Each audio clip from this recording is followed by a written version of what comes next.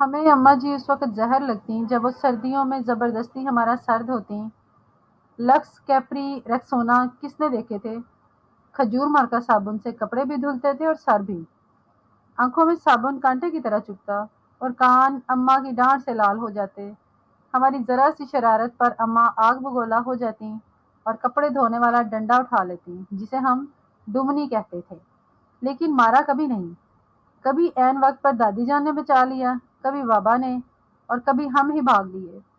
گاؤں کی رونقوں سے دور عین فصلوں کے بیچ ہمارا ڈیرا تھا۔ ڈیرے سے پگڈنڈی پکڑ کر گاؤں جانا اماں کا سب سے بڑا شاپنگ ٹور ہوا کرتا تھا، اور اس ٹور سے محروم رہ جانا ہماری سب سے بڑی بد نصیبی۔ اگر کبھی اماں اکیلے گاؤں چلی جاتیں تو واپسی پر ہمیں مرونڈے سے بہلانے کی کوشش کرتیں۔ ہم پہلے تو ننھے ننھے ہاتھوں سے اماں جی کو مارتے، ان کا دوپٹہ کھینچتے، پھر ان کی گود میں سر رکھ کر منہ پھاڑ پھاڑ کر روتے۔ کبھی اماں گاؤں ساتھ لے جاتی تو ہم اچھلتے کودتے خوشی خوشی ان کے پیچھے پیچھے بھاگتے۔ شام گئے جب گاؤں سے واپسی ہوتی تو ہم بہت روتے، ہمیں گاؤں اچھا لگتا تھا۔ ماں، ہم گاؤں میں کب رہیں گے؟ میرے سوال پر اماں وہی گھسا پٹا جواب دیتی، جب تو بڑا ہوگا، نوکری کرے گا، بہت سے پیسے آئیں گے، تیری شادی ہوگی، وغیرہ وغیرہ۔ یوں ہم ماں بیٹا باتیں کرتے کرتے تاریخ ڈیرے پر آن پہنچتے۔ مجھے یاد ہے گاؤں میں بابا مظفر کے ہاں شادی کا جشن تھا۔ وہاں جلنے بجھنے والی بتیاں بھی لگی تھیں اور پٹاخے بھی پھوٹ رہے تھے۔ میں نے ماں کی بہت منت کی کہ رات ادھر ہی ٹھہر جائیں، لیکن وہ نہیں مانی۔ جب میں ماں جی کے پیچھے روتا روتا گاؤں سے واپس آ رہا تھا تو نیت میں فطور آ گیا اور چپکے سے واپس گاؤں لوٹ گیا۔ شام کا وقت تھا، ماں کو بہت دیر بعد میری گمشدگی کا اندازہ ہوا۔ وہ پاگلوں کی طرح رات کے اندھیرے میں کھیتوں میں واذن لگاتی اور ڈیرے سے لے کر گاؤں تک ہر کونے میں لالٹین لٹکا کر جھانکتی رہی۔ رات گئے جب میں شادی والے گھر سے بازیاب ہوا تو وہ شیرنی کی طرح مجھ پر حملہ آور ہوئیں۔ اس رات اگر گاؤں کی عورتیں مجھے نہ بچاتی تو اماں مجھے مار ہی ڈالتیں۔ ایک بار ابو جی اپنے پیر صاحب کو ملنے سرگودا گئے ہوئے تھے۔ میں اس وقت 6-7 سال کا تھا۔ مجھے شدید بخار ہو گیا۔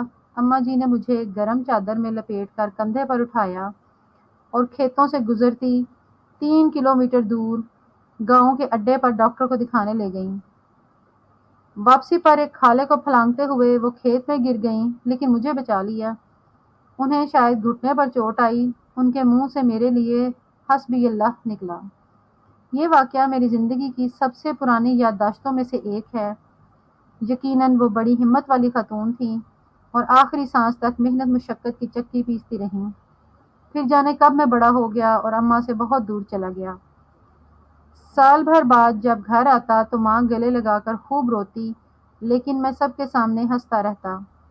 پھر رات کو جب سب سو جاتے تو چپکے سے ماں کے ساتھ جا کر لیٹ جاتا اور اس کی چادر میں منہ چھپا کر خوب روتا۔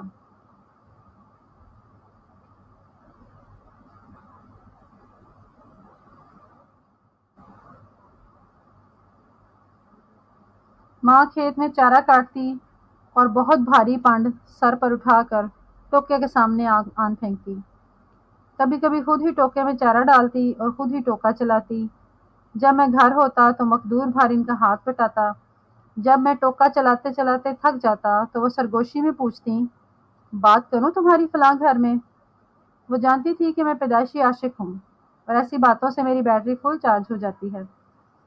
پھر ہم نے گاؤں میں گھر بنا لیا اور ماں نے اپنی پسند سے میری شادی کر دی۔ میں فیملی لے کر شہر چلا آیا اور ماں نے گاؤں میں اپنی الگ دنیا بسا لی۔ وہ میرے پہلے بیٹے کی پیدائش پر شہر بھی آئیں۔ میں نے انہیں سمندر کی سیر بھی کرائی۔ کلفٹن کے ساحل پر چائے پیتے ہوئے انہوں نے کہا، اس سمندر سے تو ہمارے ڈیرے کا چھپڑ زیادہ خوبصورت لگتا ہے۔ ماں بیمار ہوئی تو میں چھٹی پر ہی تھا۔ انہیں کئی دن تک بسکو پان کھلاتا رہا، سمجھاتا رہا کہ معمولی پیٹ کا درد ہے، جلد فاقہ ہو جائے گا۔ پھر درد بڑھا تو شہر کے بڑے ہسپتال میں لے گیا، جہاں ڈاکٹر نے بتایا کہ جگر کا کینسر آخری سٹیج پر ہے۔ خون کی فوری ضرورت محسوس ہوئی تو میں خود بلڈ بینک بیڈ پر جا لیٹا۔ ماں کو پتہ چلا تو اس نے دکھ سے دیکھ کر اتنا کہا، کیوں دیا خون؟ خرید لاتا کہیں سے، پاگل کہیں کا۔ میں بمشکل اتنا کہہ سکا، اماں، خون کی چند بوندوں سے تو وہ قرض بھی ادا نہیں کر سکتا۔ جو آپ مجھے اٹھا کر گاؤں ڈاکٹر کے پاس لے کر گئی تھیں اور واپسی پر کھالا پھلانگتے ہوئے گر گئی تھیں۔ وہ کھلکھلا کر ہنسی تو میں نے کہا، اماں مجھے معاف کر دینا، میں تیری خدمت نہ کر سکا۔ میرا خیال ہے کہ میں نے شاید ہی اپنی ماں کی خدمت کی ہوگی، وقت ہی نہیں ملا، لیکن وہ بہت فراخ دل تھیں۔ بستر مرگ پر جب بار بار میں اپنی کوتاہیوں کی ان سے معافی طلب کر رہا تھا تو کہنے لگی، میں راضی ہوں بیٹا، کاہے کو بار بار معافی مانگتا ہے۔ ماں نے میرے سامنے دم توڑا لیکن میں رویا نہیں۔ دوسرے دن سر بھاری ہونے لگا تو قبرستان چلا گیا اور قبر پر بیٹھ کر منہ پھاڑ کر رویا۔ ماں سے بچھڑے مدت ہو گئی، اب تو یقین بھی نہیں آتا کہ ماں کبھی اس دنیا میں تھی بھی کہ نہیں۔ آج بیت اللہ کا طواف کرتے ہوئے پٹھانوں اور سوڈانیوں کے ہاتھوں فٹ بال بنتا بنتا جانے کیسے دیوار کعبہ سے جا ٹکرایا۔ یوں لگا جیسے مدتوں بعد پھر ایک بار ماں کی گود میں پہنچ گیا ہوں۔ وہی سکون جو ماں کی گود میں آتا تھا، وہی اپنائیت، وہی محبت، اس میں خوف کا عنصر بھی شامل تھا۔ اس بار منہ پھاڑ کر نہیں، دھاڑے مار مار کر رویا۔ 70 ماؤں سے زیادہ پیار کرنے والا رب کعبہ اور ہم صدا کے شرارتی